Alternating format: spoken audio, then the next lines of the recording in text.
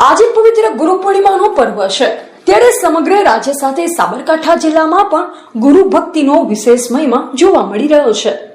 હિંમતનગર નજીક આવેલ પ્રસિદ્ધ કાંકરોલ ધામ ખાતે આવેલ ઓમ શ્રી સિદ્ધગેટ પ્રગટ ધામ ખાતે ગુરુ પૂર્ણિમા મહોત્સવ ઉત્સાહભેર ઉજવાયો। અહીં ભક્ત તેમજ શ્રદ્ધાળુ તરીકે હજારો લોકોના જીવનમાં મોક્ષ અને સન્માર્ગની જ્યોત પ્રગટાવનાર પૂજ્ય નરસિંહ દાદાના દર્શનાર્થે મોટી સંખ્યામાં શ્રદ્ધાળુ ઉમટી પડ્યા। હિંમતનગરથી નજીક નેશનલ હાઈવે 48 પર આવેલા કાંકરોલ ધામ ખાતે ગુરુ પૂર્ણિમા નિમિત્તે હજારો મુમુક્ષો અને ભાવિ ભક્તો ઉમટી પડ્યા। 98 વર્ષથી પણ વધુ વય ધરાવતા પૂજ્ય નરસિંહ દાદાના સાનિધ્યમાં ભક્તિ, ભજન અને સત્સંગની ત્રિવેણી સંગમ ધારા વહી માનવ જીવનની સાર્થકતા અને મોક્ષ માર્ગ વિશે સદગુરુના બોધ વચનો સાંભળી ભક્તોએ ધન્યતા અનુભવી।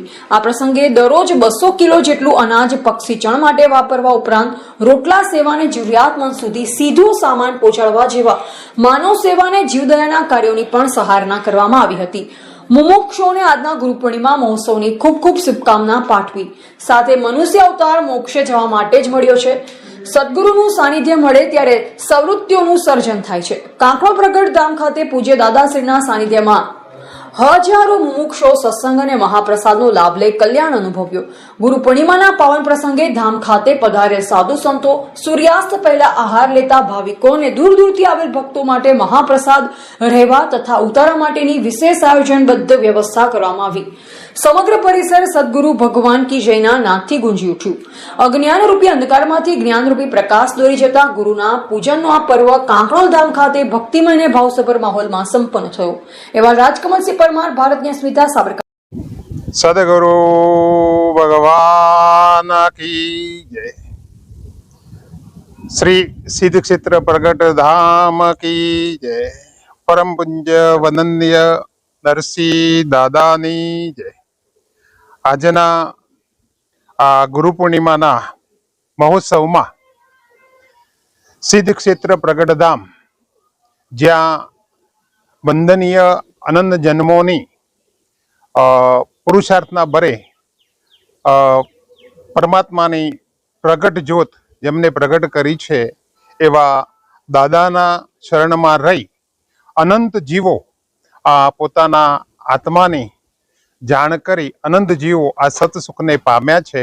એવી આજના આ ગુરુ પૂર્ણિમાએ આ સિદ્ધ ક્ષેત્રે દાદાના શરણમાં રહી અને અનંત જીવો કે જે દાદાના ધામની અંદર પક્ષીચણ માટે દિવસનું લગભગ 200 કિલો અનાજ એ પક્ષીચણ માટે વપરાય છે।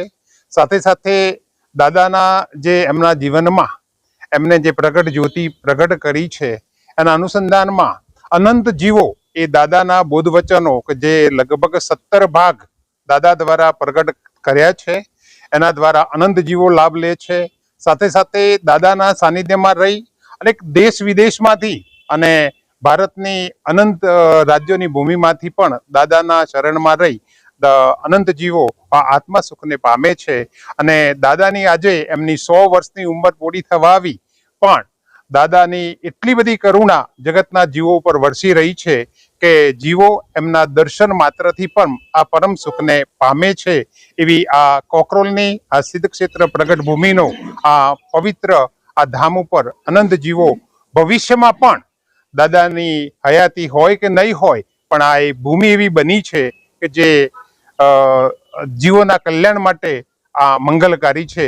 આજના આ પવિત્ર પ્રસંગે દાદાના ચરણોમાં વંદન કરી આ સંદેશો પહોંચાડવા માંગુ છું કે હે પંચમકાના જીવો, આપ સૌ આ સત્પુરુષના સાનિધ્યમાં રહી પોતાના આત્માને જાણી અને અનંત ભાવનો અંત લાવો, એવી આપ સૌને મારી દાદા વતી વિનંતી છે। ઓકે, સદગુરુ ભગવાન કી જય। સૌ મુમુક્ષોને આજના ગુરુ પૂર્ણિમા મહોત્સવની ખૂબ ખૂબ શુભકામનાઓ, ખૂબ ખૂબ વંદન સાથે નમસ્કાર। ગુરુ પૂર્ણિમા મહોત્સવ એ આ મનુષ્ય જન્મનો એક અનેરો મહોત્સવ। મનુષ્ય અવતાર માત્ર ને માત્ર મોક્ષે જવા માટે જ મળ્યો છે। 184 યોનિમાં સર્વશ્રેષ્ઠ જો કોઈ યોનિ હોય તો મનુષ્ય યોનિ છે। પણ મનુષ્ય યોનિની સાર્થકતા આપણને કેવી રીતે ખ્યાલ આવે?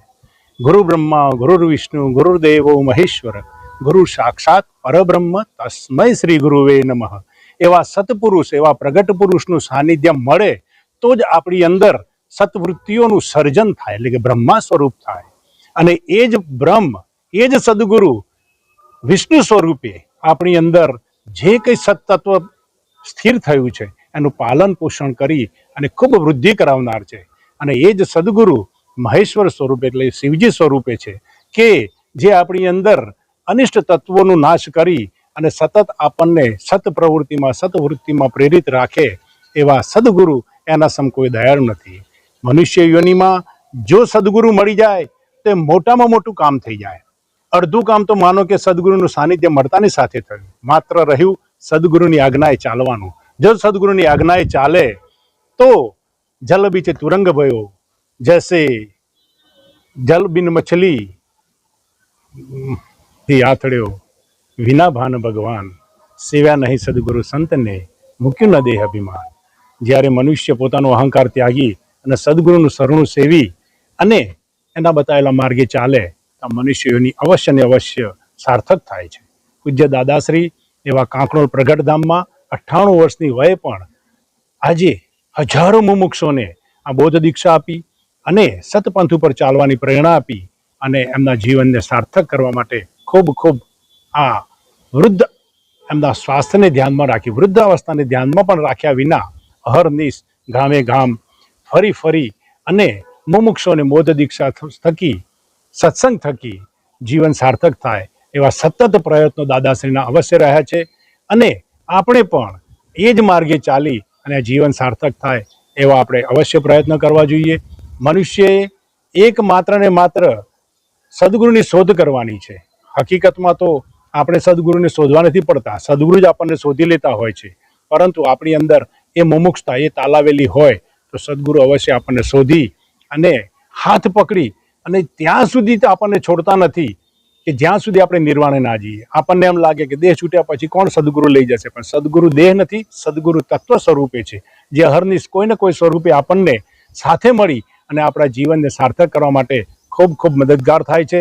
વાલા ભક્તો, વાલા મુમુક્ષો, અહર્નિશ જો કંઈ કરવા જેવું હોય તો એ સદગુરુની આજ્ઞાએ ચાલી અને એમના પથ ઉપર ચાલવા માટે એમના સત્કાર્યો કરી, એમની સેવા કરી અને જીવનને ધન્ય ધન્ય કરવાનો અવસર છે.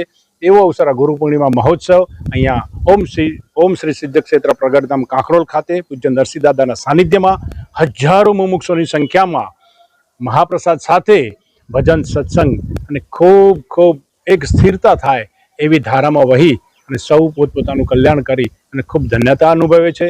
સાથે અહીંયા પક્ષીચણ, કૂતરાઓને રોટલા અને ગરીબોને પણ ઘરે સીધું પહોંચાડવાનું આ એક દિવ્ય કાર્ય આ સંસ્થાના માધ્યમથી પૂજ્ય દાદાશ્રીની કૃપાથી એમના આશીર્વાદથી થઈ રહ્યું છે. વિશેષમાં ક્યારેક આપને અનુકૂળ હોય તો ઓમ શ્રી સિદ્ધ ક્ષેત્ર પ્રગટધામ કાંકરોલ હિંમતનગરથી 5 કિલોમીટરના અંતરે જ નેશનલ હાઈવે 8 ઉપર આવેલું છે. જરૂર પધારજો.